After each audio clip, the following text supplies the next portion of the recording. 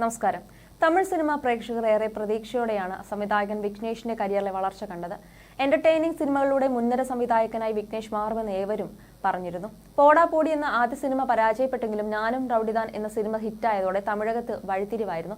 മികച്ച വിജയം നേടിയ സിനിമയ്ക്ക് വിഘ്നേഷിന് ഏറെ പ്രശംസകളും നേടിക്കൊടുത്തു. കരിയറിനൊപ്പം വിഘ്നേഷിന്റെ ജീവിതവും ഈ സിനിമയിലൂടെ മാറിമറിഞ്ഞു. അതേസമയം ഇക്കാലയളവിനിടെ വിഘ്നേഷിന്റെ കരിയറിലുണ്ടായ വീഴ്ച ചെറുതല്ല. ഞാനും റൌഡിദാനിന് ശേഷം ഒരു ഹിറ്റ് സിനിമ പോലും വിഘ്നേഷിനില്ല. അജിത്തിനെ നായകനാക്കി ചെയ്യാനിരുന്ന സിനിമയിൽ നിന്നും വിഘ്നേഷിനെ മാറ്റുകയും ചെയ്തു.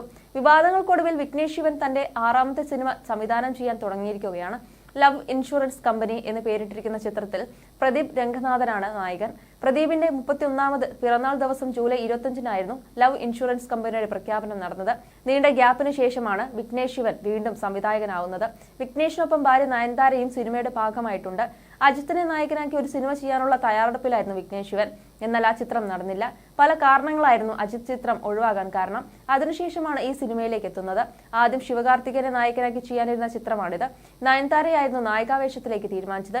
എന്നാൽ പലതരം സാഹചര്യങ്ങൾ വന്നതിനാൽ സിനിമ വീണ്ടും നീണ്ടുപോയി. അവസാനം ഇപ്പോൾ പ്രദീപ് രംഗനാഥനെ നായകനാക്കി പ്രഖ്യാപിച്ചു. എസ് ജെ സൂര്യയും കൃതി ഷെട്ടിയുമാണ് പ്രധാന വേഷത്തിലെത്തുന്നത്.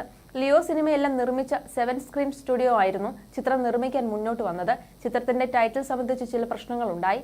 എന്നാൽ അതിനുശേഷം നയൻതാര തന്നെ റൌഡി പിക്ചേഴ്സിന്റെ ബാനറിൽ ചിത്രം നിർമ്മിക്കാമെന്ന് തീരുമാനിക്കുകയായിരുന്നു. 7 സ്ക്രീൻ സ്റ്റുഡിയോസിലൂടെ അമരക്കാരൻ SS ലളിത് കുമാർ ഈ ചിത്രത്തിന്റെ സഹനിർമ്മാതാവും എന്നാണ് റിപ്പോർട്ടുകൾ പറയുന്നത്. ഭർത്താവിന്റെ സിനിമ താൻ തന്നെ നിർമ്മിക്കാമെന്ന് നയൻതാര തന്നെ തീരുമാനിക്കുകയായിരുന്നു. ചിത്രത്തിന്റെ ഷൂട്ടിംഗ് വേഗത്തിൽ പുരോഗമിക്കുന്നു എന്നാണ് വിവരം. ഇടയ്ക്ക് വിഘ്നേഷ് ശിവന് നേരെ കുറ്റപ്പെടുത്തൽ വന്നിരുന്നു.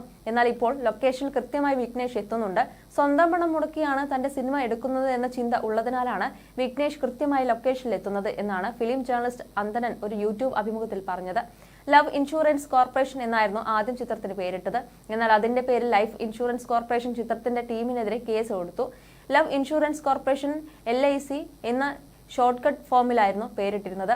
അത് വലിയ പ്രശ്നമായി. അതിനുശേഷമാണ് പേരിൽ ചില മാറ്റങ്ങൾ വരുത്തി ലവ് ഇൻഷുറൻസ് കമ്പനി എന്ന രീതിയിലാക്കിയത്. 2012-ലാണ് പോടാ പോടി എന്ന ചിത്രത്തിലൂടെ വിഘ്നേഷ് ശിവൻ ആദ്യമായി സംവിധാന രംഗത്തെത്തുന്നത്. സിംബു, വരലക്ഷ്മി എന്നിവർ പ്രധാന വേഷത്തിലെത്തിയ ചിത്രം മികച്ച അഭിപ്രായങ്ങൾ നേടിയിരുന്നു. അതിനുശേഷം 2015-ലാണ് ഞാനും റൌഡിദാൻ എന്ന സിനിമ സംവിധാനം ചെയ്യുന്നത്. ഈ ചിത്രത്തിലൂടെയാണ് നയൻതാരയും വിഘ്നേഷ് ശിവനും പ്രണയത്തിലാവുന്നത്. ശേഷം താന സേന്ത കൂട്ടം, പാവൈ കഥകൾ, കാത്തുവാക്കുല, 2 കാതൽ എന്നീ സിനിമകളാണ് വിഘ്നേഷ് ചെയ്തത്. You're watching me on metromatney.com. metromatney.com. Subscribe for more videos. Subscribe for more videos. Subscribe here for more videos. Subscribe now. Thank you.